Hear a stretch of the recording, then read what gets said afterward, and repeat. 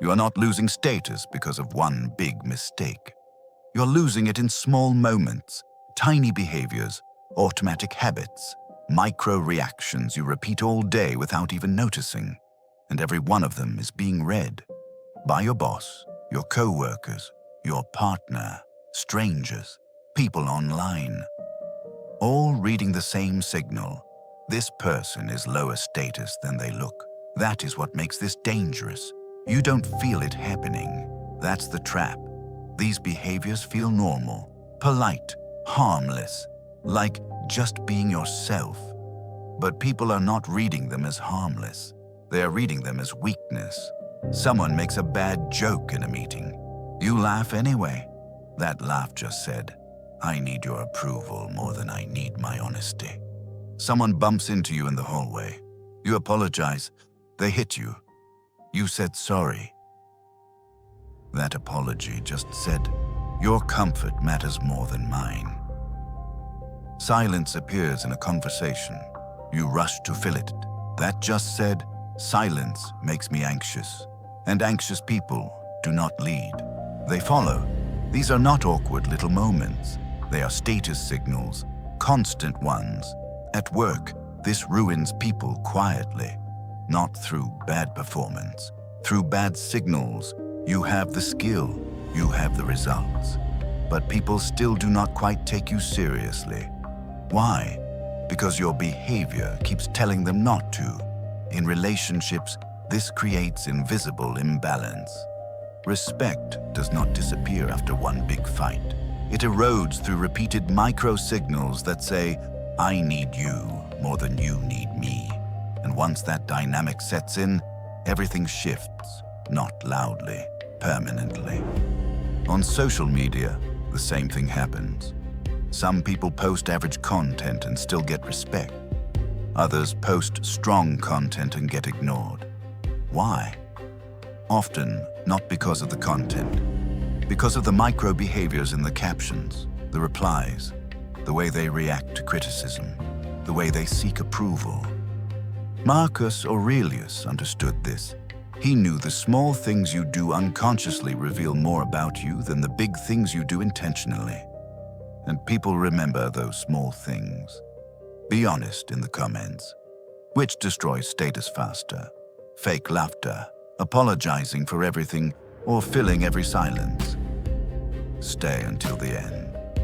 Because I'm going to show you all 6 micro-behaviors, why each one reads as weakness, and exactly how to remove them before they keep lowering your status without you realizing it. Here are the 6 micro-behaviors that instantly destroy your status.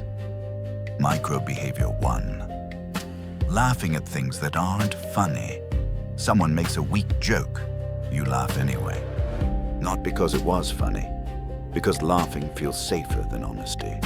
That laugh communicates, I want approval more than I want truth. At work, this is constant. A manager makes a mediocre joke. Half the room laughs too hard. That fake amusement signals something bigger. If you will fake laughter, you will fake agreement too. And people do not deeply respect performers. Micro-behavior 2. Apologizing for things that are not your fault. Someone bumps into you. You say sorry. You ask a normal question. You say sorry first. You interrupt for 1 second. You apologize like you committed a crime. Every unnecessary apology is a small surrender. It says, I take up too much space. I am an inconvenience. I need permission to exist here. That signal destroys authority fast. Micro-behavior 3. Filling every silence. Silence shows up. You panic and start talking. Not because you have something useful to say. Because quiet feels dangerous. That is visible. And people read it as insecurity. In meetings, in dating, in negotiations. The person who cannot sit in silence usually gives away power first. Silence is not the problem. Your need to escape it is. Micro-behavior 4. Explaining yourself when nobody asked. You make a decision, nobody questions it. You explain it anyway. The reason I did that was, I know it might seem weird, but I only said that because that tells people I'm not sure I have the authority to do this without your approval. At work, that kills leadership perception. In relationships, it kills respect. Online, it makes you look approval-dependent. Micro-behavior 5. Seeking confirmation after you speak. You make a statement, then add, right? You know what I mean? Does that make sense? Am I wrong? That converts a statement into a request, and requests carry less authority than clear declarations. The more you check whether people approve of what you just said, the less convinced you sound in your own words. Micro-behavior 6. Nervous laughter when you feel uncomfortable. This one is brutal. Someone crosses a line, makes a disrespectful comment, takes a subtle shot at you, and you laugh. Not because it was funny, because laughing feels safer than confronting the moment. That nervous laugh tells them, you can make me uncomfortable, and I will handle the discomfort for you. That is how disrespect gets repeated. If you recognized yourself in at least 3 of these, subscribe. Because what I'm about to show you is how to eliminate them permanently, not with fake confidence, but by replacing weak signals with stronger ones. Here is how to stop these micro-behaviors permanently. First principle, catch them in real time. You cannot fix what you do not see. So build one pause before speaking, one breath, and in that breath ask, am I about to perform something I do not feel? Am I about to apologize for existing? Am I about to fill silence that does not need filling? That single pause interrupts the automatic pattern. Second principle, replace, don't just suppress. Do not try to just stop. Replace the behavior. Instead of fake laughter, neutral face. Instead of unnecessary apology, direct statement. Instead of filling silence, one calm breath. Instead of over-explaining, state and stop. Instead of confirmation seeking, let the sentence land. Instead of nervous laughter, stillness. That is how behavior actually changes. Third principle, practice in low-stakes situations first. Do not wait for a performance review or a serious relationship talk. Practice at the coffee shop, in texts, with cashiers, in casual conversations. These small reps build the pattern. Then the stronger version of you is there when the moment actually matters. Fourth principle, audit your digital behavior too. These signals exist online. Fake LOL, captions that apologize, constant posting so people do not forget you exist, explaining every opinion, seeking confirmation in every caption, trying to soften criticism immediately. The internet exposes insecurity fast. So audit your last few posts and replies honestly.